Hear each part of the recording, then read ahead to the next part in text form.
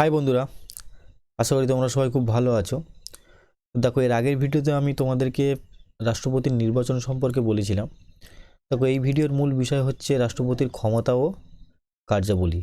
রাষ্ট্রপতির কোন কোন ক্ষমতা আছে এবং রাষ্ট্রপতির কোন কোন কার্যাবলী আছে। মনে রাখবে, ভারতের রাষ্ট্রপতি হচ্ছে নাম সর্বস্ব রাষ্ট্রপতি, কিন্তু মনে রাখবে ভারতের পুরোপুরি শাসন ব্যবস্থা, শাসন সংক্রান্ত যত কাজ এবং আরও অন্যান্য ক্ষমতা সবই রাষ্ট্রপতির নামেই হয়। তো চলো, আজকের যে মেন ভিডিও আছে, প্রধান ভিডিও আছে, সেটা শুরু করি। দেখো, রাষ্ট্রপতির ক্ষমতা বোঝার আগে তোমাদেরকে একটা জিনিস বুঝিয়ে দিই, তাহলে ভালো করে বুঝবে। দেখো, ভারতে তোমরা জানো যে সরকারের 3টে বিভাগ আছে। সরকারের কটা বিভাগ আছে? সরকারের 3টে বিভাগ আছে, ঠিক আছে। এক তো হচ্ছে শাসন বিভাগ, ঠিক আছে। 2 হচ্ছে আইন বিভাগ, আর 3 হচ্ছে বিচার বিভাগ। ওকে, তো মনে রাখবে রাষ্ট্রপতির 3 জায়গাতেই কিন্তু কাজ আছে। রাষ্ট্রপতির শাসন সংক্রান্ত ক্ষমতা আছে, রাষ্ট্রপতির আইন সংক্রান্ত ক্ষমতা আছে, আবার রাষ্ট্রপতির বিচার সংক্রান্ত ক্ষমতা আছে। এভাবে পড়লে কী হবে, একটু লিঙ্ক হয়ে যাবে। তো আশা করি বুঝতে পেরে গেছো, সরকারের 3টে বিভাগ, সেই অনুযায়ী রাষ্ট্রপতির কাজও ভাগ আছে। তো দেখো, প্রথমে রাষ্ট্রপতির ক্ষমতা ও কার্যাবলী। দেখো কি বলা হয়েছে, সংবিধানের 53 নম্বর ধারা অনুসারে কেন্দ্রের কার্যবাহী ক্ষমতা রাষ্ট্রপতির হাতে ন্যস্ত করা হয়েছে। মনে রাখবে, the executive power of union shall be vested in the president. তো মূলত মনে রাখবে, ভারত সরকারের যত রকমের কাজ হয় সব রাষ্ট্রপতির নামে হয়, সেটাই বলার চেষ্টা করছে। সংবিধানে রাষ্ট্রপতিকে যে প্রভূত ক্ষমতা দেওয়া হয়েছে তা কয়েকটি ভাগে ভাগ করা যেতে পারে। প্রথম দেখো, শাসন সংক্রান্ত ক্ষমতা, যেটা তোমাদেরকে এক্ষুনি বললাম। দেখো, শাসন সংক্রান্ত ক্ষমতার মধ্যে অনেক ক্ষমতা আছে, দেখে নাও। ভারতের রাষ্ট্রপতিকে দেশের সর্বোচ্চ প্রশাসক হিসাবে অভিহিত করা হয়। এখানে একটা প্রশ্ন জেনে রাখবে যে রাষ্ট্রপতিকে ভারতের প্রথম নাগরিক বলা হয়। The first citizenship in India কাকে বলা হয়? না, রাষ্ট্রপতিকে বলা হয়। সংবিধান অনুযায়ী তিনি নিজে বা তার অধস্তন কর্মচারীদের মাধ্যমে শাসন সংক্রান্ত কার্যাবলী পরিচালনা করতে পারেন। তো প্রথম শাসন সংক্রান্ত ক্ষমতার মধ্যে কি পড়ছে? নিয়োগ সংক্রান্ত ক্ষমতা, যে রাষ্ট্রপতি কাদের কাদের নিয়োগ করে। দেখো, ভারতের প্রকৃত শাসক প্রধানমন্ত্রী সহ কেন্দ্রীয় মন্ত্রিসভার অন্যান্য সদস্য। সবার প্রথম হলো প্রধানমন্ত্রী। তার মানে ভারতের প্রধানমন্ত্রীকে নিয়োগ করে কে? না, রাষ্ট্রপতি।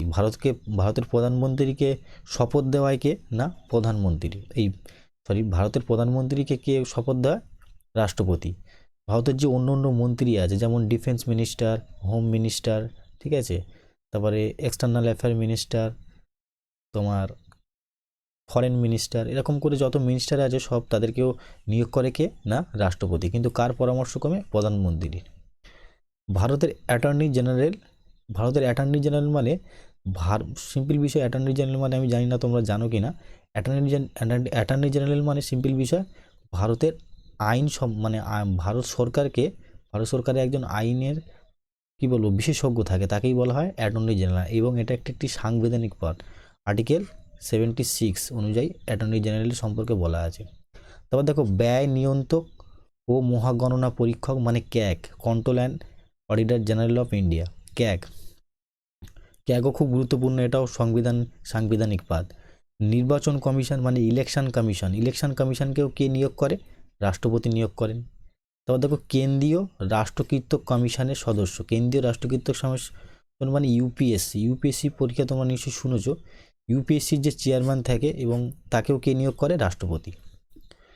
অঙ্গরাজ্যের রাজ্যপাল, ঠিক আছে, যত শুধু অঙ্গরাজ্যের না, যত রাজ্যপাল আছে সব কার দ্বারা নিয়োগ হয়? রাষ্ট্রপতির দ্বারা নিয়োগ হয়। এবার মনে রাখবে, এই যে এরা নিয়োগ হয়, এরা সব কিন্তু প্রধানমন্ত্রীর পরামর্শে কে নিয়োগ করে? রাষ্ট্রপতি নিয়োগ করে। রাষ্ট্রপতি জাস্ট একটা মানে শুধু নিয়োগ করে, কিন্তু আসল যে পাওয়ার সেটা কার? না, প্রধানমন্ত্রী। প্রমুখ উচ্চ পদাধিকারী রাষ্ট্রপতি নিয়োগ করেন। এদের অনেককে তিনি অপসারণও করতে পারেন। তো নিয়োগ সংক্রান্ত ক্ষমতা আসলে করে বুঝতে পেরে গেল। এবার দেখো সামরিক ক্ষমতা। সামরিক ক্ষমতা মানে কি? মিলিটারি পাওয়ার। সংবিধান অনুযায়ী ভারতীয় সেনাবাহিনীর সর্বাধিনায়ক হলেন রাষ্ট্রপতি। মনে রাখবে ভারতের যে 3টে বাহিনী আছে সেটাই বলা। দেখো, তিনি স্থল, নৌ এবং বিমান বাহিনীর প্রধানদের নিয়োগ করেন। স্থল বাহিনীর যে প্রধান আছে, ঠিক আছে, যে আর্মির যে প্রধান, নৌবাহিনী মানে নেভির যে প্রধান, বিমান বাহিনী মানে এয়ারফোর্সের যে প্রধান, তাদেরকেও কে নিয়োগ করেন? না, রাষ্ট্রপতি নিয়োগ করেন। এবার মোস্ট ইম্পর্টেন্ট, যুদ্ধ ঘোষণা বা শান্তি স্থাপন করার ক্ষমতাও রাষ্ট্রপতির রয়েছে। মনে রাখবে, যুদ্ধ যদি কোনো দেশের সঙ্গে শুরু হয় বা ভারত যদি কারোর সঙ্গে যুদ্ধ করতে চায়, সেক্ষেত্রে প্রধানমন্ত্রী পাওয়ার দেবে, শক্তিটা প্রধানমন্ত্রী, কিন্তু ঘোষণা করবে কে? রাষ্ট্রপতি। অবশ্য সংসদের অনুমতি ছাড়া রাষ্ট্রপতির এসব সিদ্ধান্ত বলবৎ হয় না। যুদ্ধ কিংবা শান্তি স্থাপনের জন্য সংসদের অনুমতি চায়। সংসদ বা পার্লামেন্ট একই কথা। রাষ্ট্রপতি জাতীয় প্রতিরক্ষা কমিটির প্রধান হিসাবে তার ভূমিকা পালন করে। মনে রাখবে এখানে আরেকটা পয়েন্ট, এই যে তোমাদের 3টে বাহিনী আছে, তিনি স্থল, নৌ এবং বিমান বাহিনী, টোটাল বাহিনীর প্রধান হচ্ছে কে? না, রাষ্ট্রপতি। 3 বাহিনীর প্রধান হচ্ছে রাষ্ট্রপতি। স্থলবাহিনীর আলাদা প্রধান থাকে, নৌবাহিনীর আলাদা প্রধান থাকে, মানে একজন হেড থাকে, বিমান বাহিনীরও একজন হেড থাকে, কিন্তু এই 3 জনের হেডকে রাষ্ট্রপতি। আশা করি বুঝতে পেরে গেছো পয়েন্টগুলো। ওকে, তারপরে দেখো কূটনৈতিক ক্ষমতা। কূটনৈতিক ক্ষমতা কি? ডিপ্লোম্যাটিক পাওয়ার। বিদেশে ভারতের যাবতীয় সরকারি কাজকর্ম রাষ্ট্রপতির নামে সম্পাদিত হয়। দেখো, বিদেশে যত রকমের সন্ধি স্বাক্ষরিত হয় সেখানে রাষ্ট্রপতির সাইন থাকতে হবে, ঠিক আছে। বিদেশে যত অ্যাম্বাসাডার মানে কি বলবো, মানে দূত, ঠিক আছে, প্রত্যেকটা দেশে ভারতের দূত থাকে। যেমন আমেরিকায় ভারতের অ্যাম্বাসাডার আছে বা ভারতীয় দূত আছে, ঠিক আছে, এবং ধরো রাশিয়ায় আছে, চীনে আছে, প্রত্যেকটা দেশে ভারতের অ্যাম্বাসাডার থাকে, ঠিক আছে। তাদেরকে কে নিয়োগ করে? রাষ্ট্রপতি নিয়োগ করে। ভারতের বৈদেশিক কূটনীতিকদের নিয়োগ করেন রাষ্ট্রপতি। বৈদেশিক কূটনীতিক মানে অ্যাম্বাসাডার বা দূত। অন্য অন্য দেশ থেকে আসা কূটনীতিকদের তিনি আনুষ্ঠানিকভাবে গ্রহণ করেন। মনে রাখবে, বিদেশ থেকে যদি কোনো রকমের অ্যাম্বাসাডার আসে ভারতে, তাহলে তার সঙ্গে তার রাষ্ট্রপতির সঙ্গে অবশ্যই দেখা করতে হবে, কেননা আনুষ্ঠানিকভাবে রাষ্ট্রপতি তাকে কি করে? গ্রহণ করে নিজের দেশে, মানে ভারতে। আন্তর্জাতিক ক্ষেত্রে রাষ্ট্রপতি হলেন জাতির প্রতিনিধি। সব ধরনের আন্তর্জাতিক সন্ধি ও চুক্তি রাষ্ট্রপতির নামে স্বাক্ষরিত সম্পাদিত হয়। মনে রাখবে, রাষ্ট্রপতি হচ্ছে নাম সর্বস্ব, সব জায়গায় সাইন আছে, কিন্তু ক্ষমতা হচ্ছে প্রধানমন্ত্রী। তারপর দেখো তত্ত্বাবধান সংক্রান্ত ক্ষমতা। ভারতবর্ষের কেন্দ্রশাসিত অঞ্চল তোমাদের আগের ভিডিওতে বলেছিলাম, ভারতের এই মুহূর্তে 8টি কেন্দ্রশাসিত অঞ্চল আছে, 28টি রাজ্য আছে। তো সেই কেন্দ্রশাসিত অঞ্চলগুলির শাসন ব্যবস্থা রাষ্ট্রপতির অধীনে পরিচালিত হয়। তাছাড়া কেন্দ্রশাসিত অঞ্চলগুলির প্রশাসন পরিচালনার ক্ষেত্রেও রাষ্ট্রপতির কিছু বিশেষ ক্ষমতা রয়েছে। কি ক্ষমতা দেখে নাও। উপজাতি অধিষ্ঠিত অঞ্চলগুলির বিষয়ে রাষ্ট্রপতির বিশেষ ক্ষমতা রয়েছে। উপজাতি মানে সব জঙ্গল এলাকায় SC ST বিভিন্ন রকমের থাকে, ঠিক আছে। রাষ্ট্রপতি কয়েকটি গুরুত্বপূর্ণ কমিশন গঠন করে থাকেন। এছাড়া রাজ্যগুলির কাছে প্রয়োজন মতো প্রশাসনিক নির্দেশ পাঠানোর ক্ষমতাও রাষ্ট্রপতির রয়েছে। তো এটা গেল রাষ্ট্রপতির শাসন সংক্রান্ত ক্ষমতা, যে রাষ্ট্রপতির কি কি শাসন সংক্রান্ত ক্ষমতা রয়েছে। 2 নম্বর দেখো আইন সংক্রান্ত ক্ষমতা। ভারতের রাষ্ট্রপতি আইনসভা বা সংসদের অবিচ্ছেদ্য অঙ্গ হিসাবে বিবেচিত হয়। তোমাদের বলেছিলাম যে ভারতের যে পার্লামেন্ট বা সংসদ তার 3টে অংশ, এক হচ্ছে লোকসভা নিম্নকক্ষ, রাজ্যসভা উচ্চকক্ষ, আর 3 হচ্ছে রাষ্ট্রপতি, ঠিক আছে। এখান থেকেই বিল পাস হয়ে আইনে পরিণত হয়। আইন সংক্রান্ত ক্ষমতার মধ্যে ইম্পর্টেন্ট মনে রাখবে যে কোনো আইন, মানে কোনো বিল বা কোনো আইন, সেই আইনে যতক্ষণ না রাষ্ট্রপতি সাইন করবে ততক্ষণ পর্যন্ত সেই বিল বা সেই আইন কার্যকর হবে না। অধিবেশন সংক্রান্ত ক্ষমতা। অধিবেশন মানে কি দেখে নাও, এটা বড় পয়েন্টটা। রাষ্ট্রপতি সংসদের উভয় কক্ষের অধিবেশন আহ্বান করতে কিংবা অধিবেশন স্থগিত রাখতে পারেন। উভয় কক্ষের মানে কি দেখো, সংসদ মানে কি? পার্লামেন্ট, ভারতীয় পার্লামেন্ট, ঠিক আছে। ভারতীয় পার্লামেন্টটা তোমরা জানো, আমি বলেছি সংসদ, ঠিক আছে। সংসদের মূলত তিনটে অংশ, এখানে যেহেতু আইন সংক্রান্ত কথা বলেছে, এক হচ্ছে লোকসভা, শর্টে লিখছি তোমাদের জন্য, রাজ্যসভা আর রাষ্ট্রপতি। ঠিক আছে, রাষ্ট্রপতি হচ্ছে তিনটে হচ্ছে সংসদের অংশ। তো লোকসভার কি হয়, অধিবেশন হয়, রাজ্যসভার অধিবেশন হয় এবং যৌথ অধিবেশনও হয়। ঠিক আছে, সে সম্পর্কেও ক্ষমতা আছে। তো লোকসভার অধিবেশন কিংবা রাজ্যসভার অধিবেশন যখন প্রথম শুরু হয় তখন রাষ্ট্রপতির বক্তৃতা দিয়েই শুরু হয়। দেখে নাও, রাষ্ট্রপতি লোকসভার মেয়াদ শেষ হওয়ার আগে তা ভেঙে দিতেও পারেন। লোকসভার মেয়াদ মানে কি, যে দেখো লোকসভা তো প্রত্যেক 5 বছর অন্তর অন্তর কি হয়, নির্বাচিত হয়। তো রাষ্ট্রপতি যদি মনে করেন যে হ্যাঁ কোনো পার্টির অ্যাবসোলিউট মেজরিটি নেই, অ্যাবসোলিউট মেজরিটি মানে দেখো ধরো বিজেপি শাসন ক্ষমতায় আছে, তো তার কাছে অ্যাবসোলিউট মেজরিটি থাকবে কত, 273। দেখো এগুলো সব কিন্তু এর আগের পার্টি আমি বলে দিয়েছি। ঠিক আছে, তোমরা এর আগের পার্টিগুলো দেখবে 203। এবার ধরো ধরো মানে রাষ্ট্রপতির মনে হয়েছে যে বিজেপির কাছে তার অ্যাবসোলিউট পাওয়ার নেই, অ্যাবসোলিউট মেজরিটি নেই, তার মানে সে কি করতে পারে, লোকসভাকে ভঙ্গ করে দিতে পারে। তবে সাংসদদের অধিবেশন আহ্বান বা স্থগিত রাখার বিষয়ে অথবা লোকসভা ভেঙে দেওয়ার ব্যাপারে রাষ্ট্রপতি প্রধানমন্ত্রীর পরামর্শ অনুযায়ী কাজ করেন। মনে রাখবে মেন ক্ষমতা হচ্ছে প্রধানমন্ত্রী, প্রধানমন্ত্রী হচ্ছে মেন কলকবজা নাড়ে রাষ্ট্রপতির পিছন থেকে, কিন্তু রাষ্ট্রপতিকে সামনে রেখে করে কাজবাজ। অর্থ বিল ছাড়া অন্য বিল অনুমোদনের ক্ষেত্রে সংসদের উভয় কক্ষের মতবিরোধ অচলাবস্থা সৃষ্টি হলে রাষ্ট্রপতি যৌথ অধিবেশন ডেকে তার অবসান ঘটাতে পারেন। এখন এই অর্থ বিল কি, এটা একটা বিরাট বড় জিনিস। ঠিক আছে, এটা একটা বিরাট বড় টপিক যে অর্থ বিল কি আর সাধারণ বিল কি। বিল কি, ভালো করে শোনো। বিল যখন কোনো আইন লোকসভা কিংবা রাজ্যসভায় আসে, সে যদি আইন না হয় প্রথম অবস্থায় তাকে বলা হয় বিল। ঠিক আছে, সে যদি আইন হয়ে যায়, রাষ্ট্রপতি সাইন হয়ে যায়, তাহলে সে হয়ে যায় আইন। তো এখানে অর্থ বিলের কথা বলা হচ্ছে। অর্থ বিলের সব থেকে বড় ফায়দা কি না, অর্থ বিলে মেন ক্ষমতা থাকে লোকসভার। ঠিক আছে, লোকসভার মেন পাওয়ারটা থাকে। ধরো লোকসভা এবং রাজ্যসভা এই দুটো কক্ষ আছে।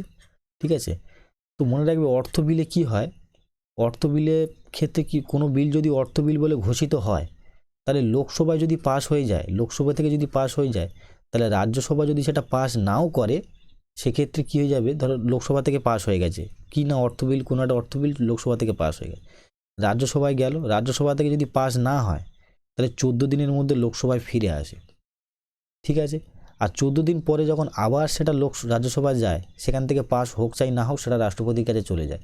তো মনে রাখবে যারা লোকসভার সংসদ থাকে, এমপিটা থাকে, তারা যে কোনো বিলকে মানে কি বলার চেষ্টা করে, মানে অর্থ বিল বলার চেষ্টা করে। কেননা অর্থ বিল বললে কি হবে, কোনো বিলকে যদি অর্থ বিল বলে তাহলে সেটা রাজ্যসভায় পাস হওয়ার ঝামেলা নেই, ডাইরেক্ট রাষ্ট্রপতির কাছে যাবে, সই হয়ে যাবে, ঝামেলা চুকে যাবে।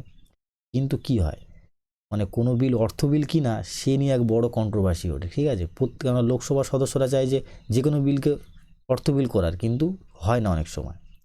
তো সাংসদদের কোনো সদস্যের যোগ্যতার বিষয়ে প্রশ্ন উঠলে রাষ্ট্রপতি নির্বাচন কমিশনের কাছে সে সম্পর্কে রিপোর্ট চাইতে পারেন।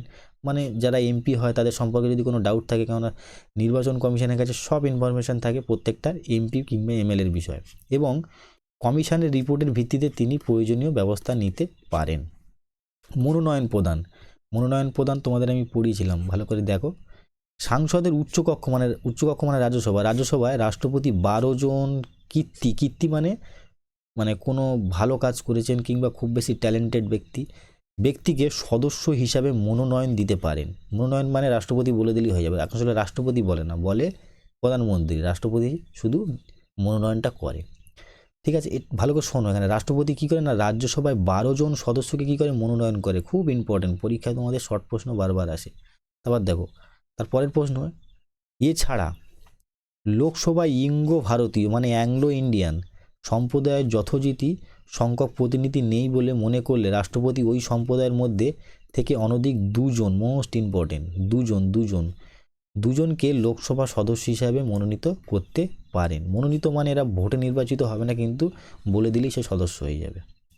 তো লোকসভায় কজন, 2 জন, আর রাজ্যসভায় কজন, 12 জন। 12 জনকে এদেরকে কি করে, মনোনয়ন করে কে না রাষ্ট্রপতি। তারপর দেখো যৌথ অধিবেশনে ভাষণ দেন। এখন যৌথ অধিবেশন কি আগে সেটা বুঝে নাও। যৌথ অধিবেশন তখনই ডাকা হয় যখন কোনো বিল পাস হয় না। ধরো একটা কোথায় বলছি তোমাদেরকে, লোকসভা আছে আর রাজ্যসভা আছে। লোকসভা থেকে বিজেপি ধরো ক্ষমতায় আছে, বিজেপি লোকসভা থেকে একটা বিল পাস করে দিল, ভালো করে বুঝবে, লোকসভা থেকে বিলটা পাস হয়ে গেল, কোথায় গেল না রাজ্যসভায়। এবার রাজ্যসভায় ধরো কোথায় বলছি যে বিলটার সমর্থন লাগবে, কোথায় বলছি 150খানা সমর্থন লাগবে, কিন্তু 150খানা সমর্থন মানে 150খানা এমপি রাজ্যসভায় বিজেপির নেই, 100খানা আছে, তো 50খানা কম। তো এক্ষেত্রে কী হয়, বিল মোটেই পাস হতে চায় না, বিল কি হয় না মোটেই পাস হতে চায় না। তখন বিলকে পাস করার জন্যে, খুব কঠিন ধরনের বিলকে পাস করার জন্যে মনে রাখবে যৌথ অধিবেশন ডাকা হয়। যৌথ অধিবেশনে কী হয় ভালো করে শোনো, দেখা যাচ্ছে যে লোকসভায়, আমি একটু ডিটেলে দেখাচ্ছি, দেখো লোকসভায়, এই যে লোকসভা আছে, লোকসভায় বিজেপির আছে 300, কত আছে 300 কোথায় বলছি এমপি আছে, আর বিলের সমর্থন লাগবে কত, ধরো কোথায় বললাম আমি 275। তো লোকসভা ভালো করে বুঝবে, ঠিক আছে, 275 আছে, 275 বাদ দিয়ে আমি বললাম যে 250 আছে, তোমাদের বুঝতে সুবিধা হবে, ঠিক আছে। এটা হাইপোথেটিক্যাল এক্সাম্পল নিলাম যে 250 আছে।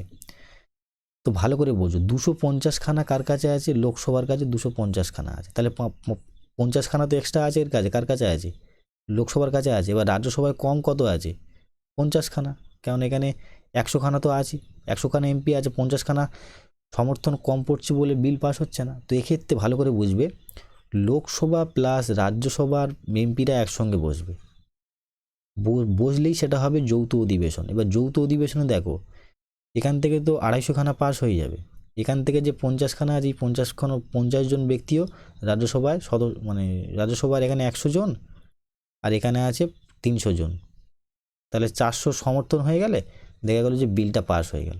তো বিলটা খুবই সহজে পাস হয়ে যায়। জিএসটি পাস করার সময় মনে রাখবে যৌথ অধিবেশন ডাকা হয়েছিল।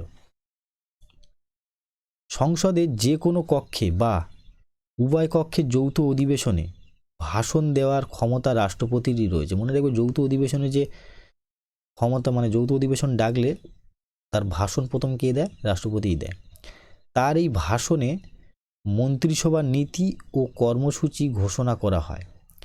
তাছাড়া কোনো বিল বা অন্য কোনো বিষয়ে রাষ্ট্রপতি বার্তা পাঠাতে পারেন। অনেক কারণে যৌথ অধিবেশন ডাকা হয়, তবে মেন কারণ হচ্ছে কোনো বিলকে যখন পাস হয়ে যাবে, কোনো বিল যখন পাস হয় না, ডেডলকে হয়ে যায়। তবে দেখো বিলের সম্মতিদান, উভয় কক্ষের মানে লোকসভা রাজ্যসভা, উভয় কক্ষে পাস হওয়া প্রতিটি বিল রাষ্ট্রপতির সম্মতি ছাড়া আইনে পরিণত হতে পারে না। তোমাকে যেটা বললাম যে যতক্ষণ না সই করবে ততক্ষণ পর্যন্ত কি হবে, এই বিল আইনে পরিণত হবে না। অর্থ বিল ছাড়া, মোস্ট ইম্পর্টেন্ট, অন্য যে কোনো বিলে রাষ্ট্রপতি সম্মতি দিতে পারেন বা নাও পারেন, অথবা বিলটিকে পুনর্বিবেচনার জন্য সংসদের কাছে ফেরত পাঠাতে পারেন। মানে কি, লোকসভা থেকে বিল পাস হয়ে গিয়ে রাজ্যসভায় গেল, রাজ্যসভা থেকে গেল রাষ্ট্রপতির কাছে, ঠিক আছে।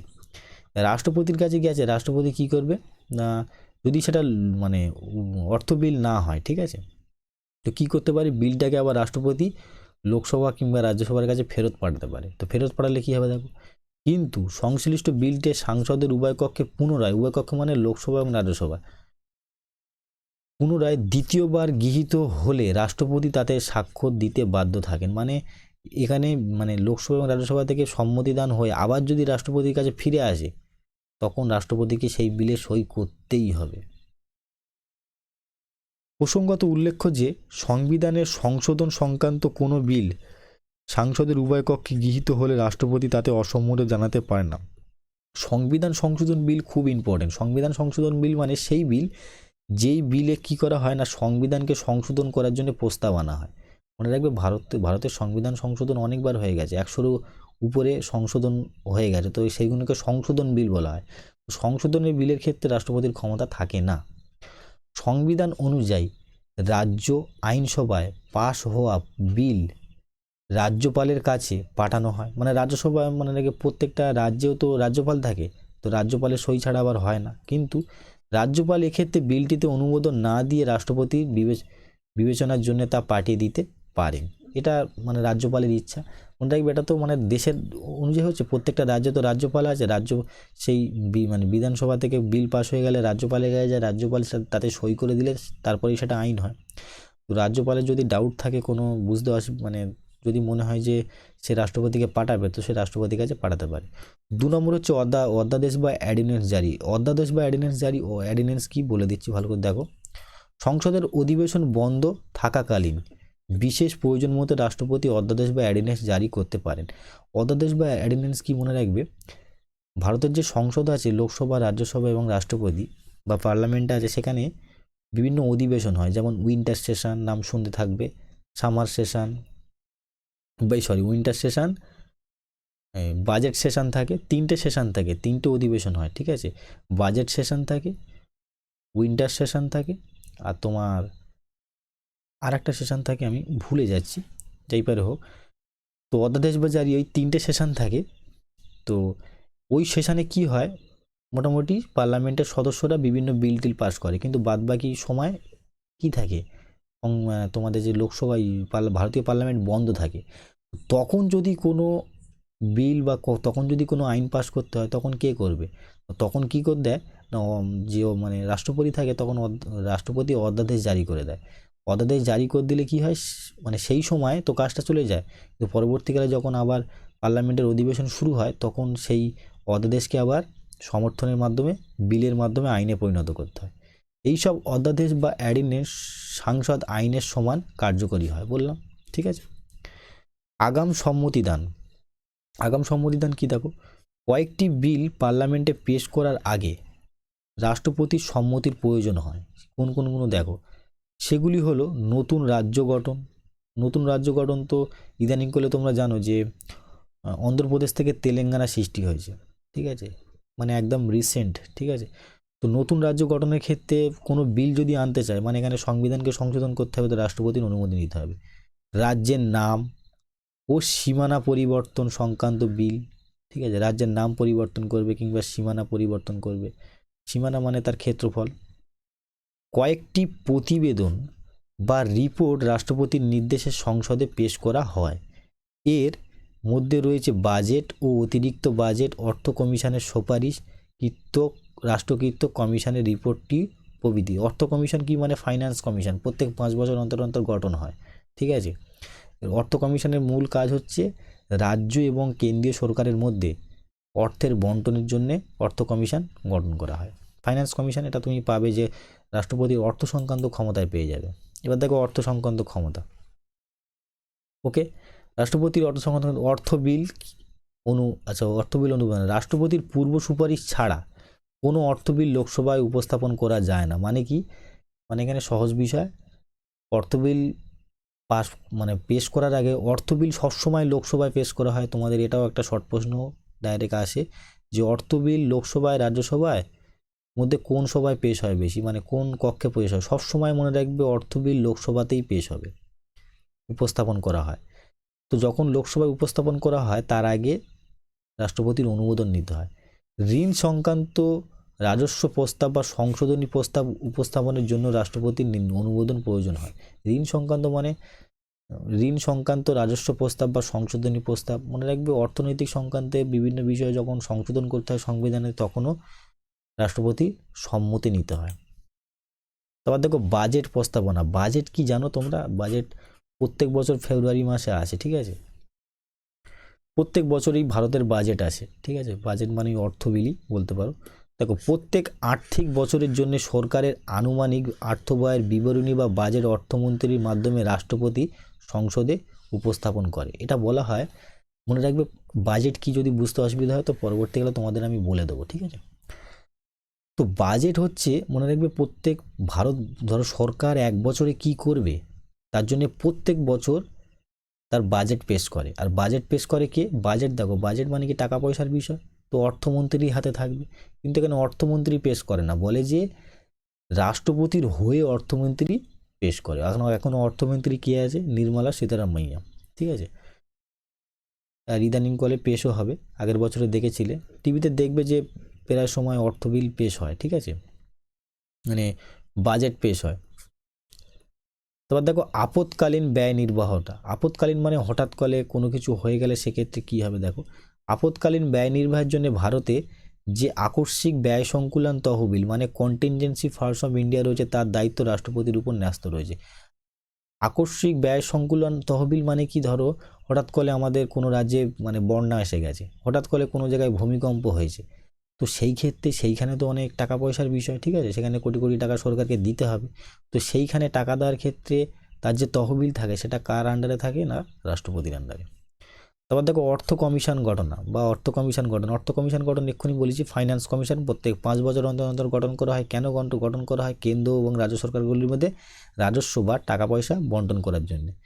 কেন্দ্র ও রাজ্যগুলির মধ্যে রাজস্ব বন্টনের জন্য প্রতি 5 বছর অন্তর একটি অর্থ কমিশন গঠন করার ক্ষমতাও রাষ্ট্রপতির রয়েছে, ঠিক আছে। রাষ্ট্রপতি মানে কি বলবো, অনুমোদন দেওয়ার পরই অর্থ কমিশন গঠিত হয় প্রত্যেক 5 বছর অন্তর অন্তর। এবছর মনে হয় 5th, যদি ভুল না বলি আমি, 5th ফাইন্যান্স কমিশন গঠন হয়েছে, ঠিক আছে। 5th finance commission, finance commission বলে একে। এটাও একটা সাংবিধানিক পার্ট, এটাও ভারতের সংবিধানে উল্লেখ আছে। সাংবিধানিক পদ মানে কি, সাংবিধানিক সংগঠন মানে কি, যার উল্লেখ সংবিধানে আছে। ফাইন্যান্স কমিশনের বা অর্থ কমিশনের উল্লেখ পুরোপুরি ভারতের সংবিধানে রয়েছে।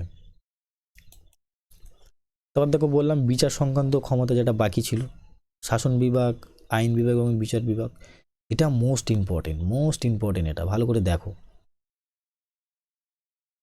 রাষ্ট্রপতির বিচার সংক্রান্ত ক্ষমতার মধ্যে রয়েছে কি কি, দেখো বিচারপতি নিয়োগ। তোমাদেরকে আমি যখন এর আগের অধ্যায় বুঝাচ্ছিলাম তখন তোমাদেরকে আমি বলে দিয়েছিলাম যে মানে ভারতের সুপ্রিম কোর্টের এবং হাইকোর্টের যত বিচারপতি আছে তাদেরকে কে নিয়োগ করে, মানে রাষ্ট্রপতি। দেখো সুপ্রিম কোর্ট ও হাইকোর্টের বিচারপতিদের নিয়োগ করার ক্ষমতা রাষ্ট্রপতির, এই ক্ষমতা রয়েছে রাষ্ট্রপতির, কিন্তু কার পরামর্শ হয়, প্রধানমন্ত্রী, ঠিক আছে। সাংসদের সুপারিশে এই বিচারপতিদের অপসারণ করার ক্ষমতাও রাষ্ট্রপতি আছে। সাংসদ মানে এমপি, এমপি মানে কে, ইনডাইরেক্টলি সেই প্রধানমন্ত্রীর কথা বলছে। এইটা মোস্ট ইম্পর্টেন্ট, এটাও তোমরা টিভিতে প্রায় সময় দেখে থাকবে। দেখো কি প্রশ্ন, দণ্ডিত ব্যক্তিদের ক্ষমতা প্রদান। ফৌজদারি মামলায় দণ্ডপ্রাপ্ত ব্যক্তির দণ্ডাদেশ মানে অপরাধ স্থগিত রাখা বা হ্রাস করা অথবা দণ্ডপ্রাপ্ত ব্যক্তিকে ক্ষমা প্রদান করার ক্ষমতাও রাষ্ট্রপতি ব্যবস্থা নিতে পারেন। রাষ্ট্রপতি মৃত্যুদণ্ডপ্রাপ্ত ব্যক্তিকে ক্ষমা প্রদান করতে বা মৃত্যুদণ্ড রোধ করে অন্য দণ্ড দিতে পারেন। মনে রাখবে দণ্ডিত এর মধ্যে অনেক কিছু আছে, ঠিক আছে, যেমন ক্ষমা করা আছে, লঘুকরণ আছে, ঠিক আছে, তারপরে তোমাদের কি বলবো আরও অনেক রকমের ক্ষমতা আছে যেখানে মানে ওর মিনিংটা আলাদা। যখন তোমরা অনেক সময় দেখবে যে এটা শুনে থাকবে যে রাষ্ট্রপতিকে মূলত ফৌজদারি মামলায় কী করা হয় না, দায়ের করা হয় না। মানে কোনো ব্যক্তি যখন কোনো রাষ্ট্রপতি যখন তার পদে আছে তার নামে তুমি ফৌজদারি মামলা করতে পারবে না। কেন করতে পারবে না? তার কারণ হচ্ছে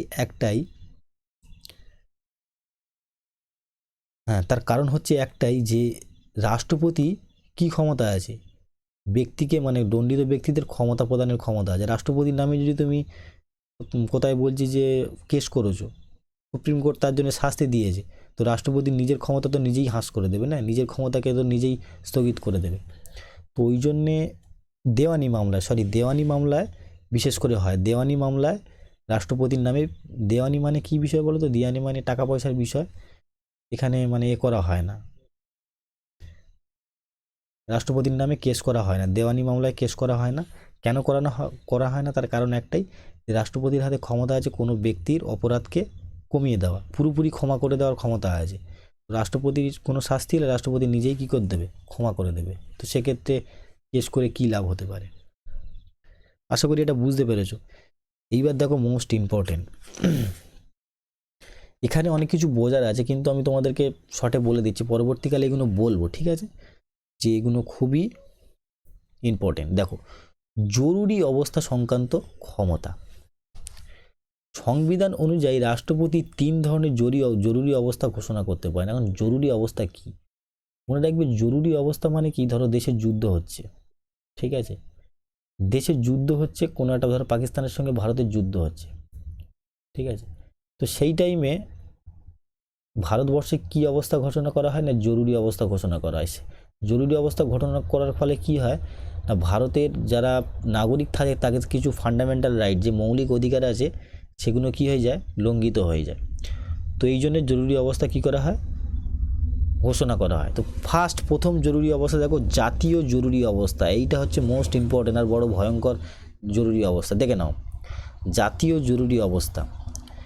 রাষ্ট্রপতি যদি মনে করেন যে যুদ্ধ, বহিরাক্রমণ মানে কোনো দেশ আক্রমণ করেছে, বা অভ্যন্তরীণ সশস্ত্র বিদ্রোহের ফলে দেশের নিরাপত্তা বিঘ্নিত হতে পারে, তাহলে তিনি সমগ্র দেশে বা দেশের কোনো অংশে জরুরি অবস্থা ঘোষণা করতে পারেন। এখানে খুবই অংশ কম দেওয়া আছে, সেটা কত, 352 নম্বর ধারা, তাই তো। 352 নম্বর ধারায় অনেক কিছু আছে, ঠিক আছে।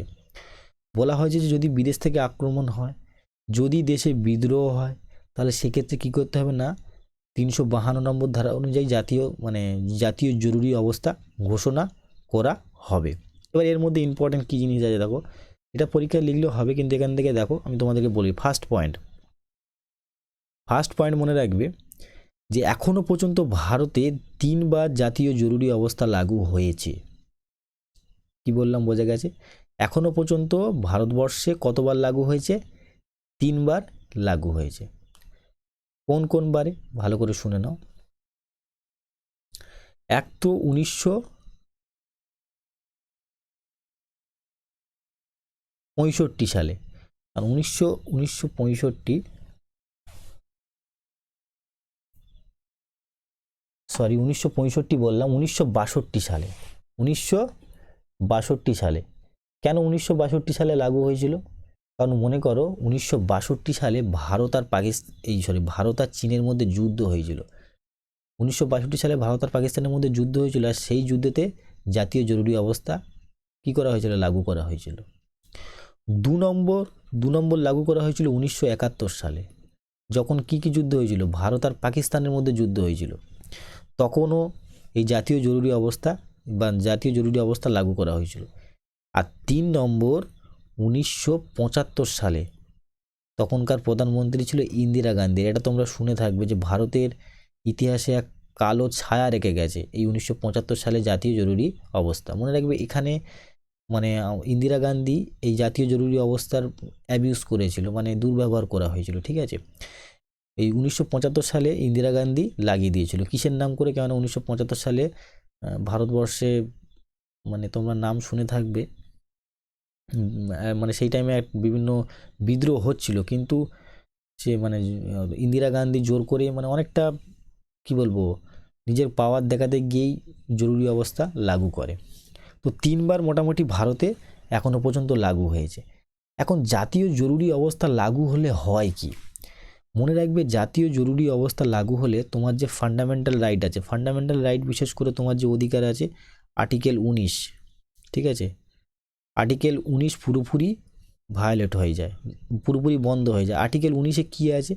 আর্টিকেল 19-এ ভালো করে শুনবে, ফ্রিডম অফ স্পিচ আছে। ফ্রিডম অফ স্পিচ মানে কি, তোমার বলার স্বাধীনতা আছে, ঠিক আছে, তুমি সরকারকে সমালোচনা করতে পারো, ঠিক আছে।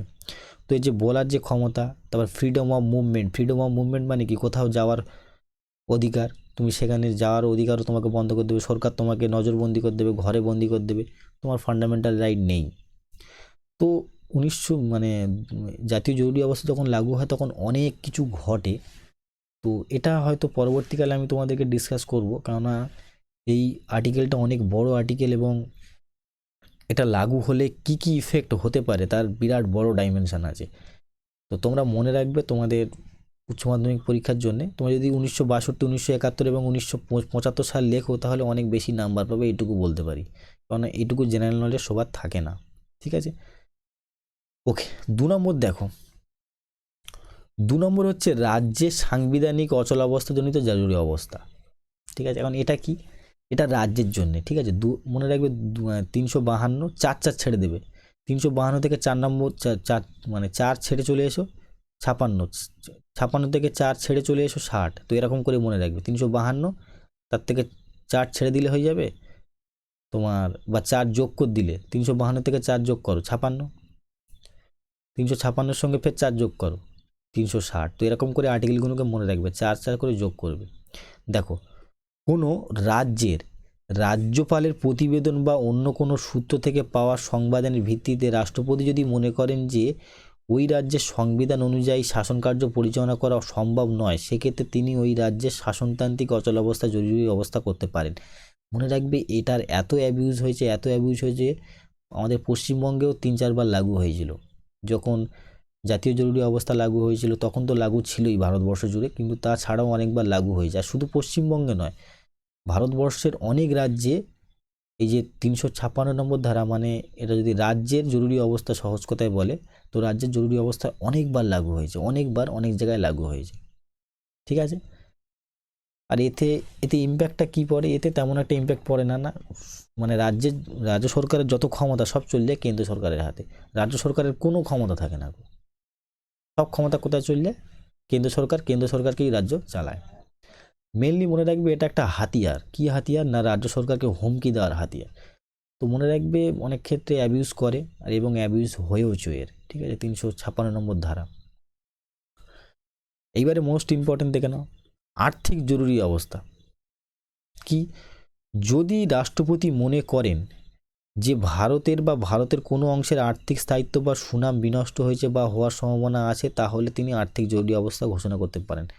এখন এটা কি, এটা বুঝতে অসুবিধা হবে। 360 নম্বর ধারা এ বলা হয় ফাইন্যান্সিয়াল ইমার্জেন্সি বা আর্থিক জরুরি অবস্থা কি? মনে রাখবে যখন মনে হয়েছে যে ভারত কি হয়েছে, হ্যাঁ যেটা বলছিলাম, যখন মনে হয়েছে যে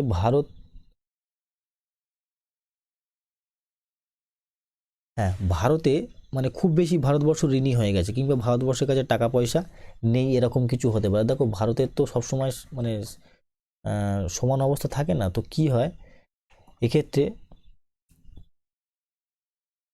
মানে ফাইন্যান্সিয়াল মানির যখন কম পড়ে, ধরো ভারতবর্ষে কোনো টাকা নেই, ঠিক আছে, মানে কি বলবো, টাকার একটা বিরাট বড় সমস্যা হলেই আর্থিক জরুরি অবস্থা লাগু হয়ে যায়। কি বললাম? তো এটা হয়েছিল কি একবারও? মনে রাখবে আর্থিক জরুরি অবস্থা এখনও পর্যন্ত ভারতবর্ষের ইতিহাসে লাগু হয়নি, তবে 1991 খ্রিস্টাব্দে লাগু হব অবস্থা ছিল, কিন্তু তাও লাগু হয়নি। ঠিক আছে, কারণ 1991 সালে ভারতের অর্থনীতিতে এক বিরাট বড় একটা পরিবর্তন আসে। তোমরা যারা জানো কি পরিবর্তন আসে না, এই সময় কি হয়, ভারতবর্ষের কাছে মাত্র 14 দিনের জন্য বিদেশ থেকে খাবার কেনার মতো টাকা পয়সা ছিল, এতটা টাকা কম ছিল। তো এক্ষেত্রে ইম্প্যাক্ট কি পড়ে? ইম্প্যাক্ট এটাই পড়ে যে বিভিন্ন যে মানে সরকারি চাকরি করে মানুষজন, তাদের মাইনে কমে যায়। মানে গভর্নমেন্টের যারা ওনার হয় তাদের কি হয় না, মানে স্যালারি কমে যায়।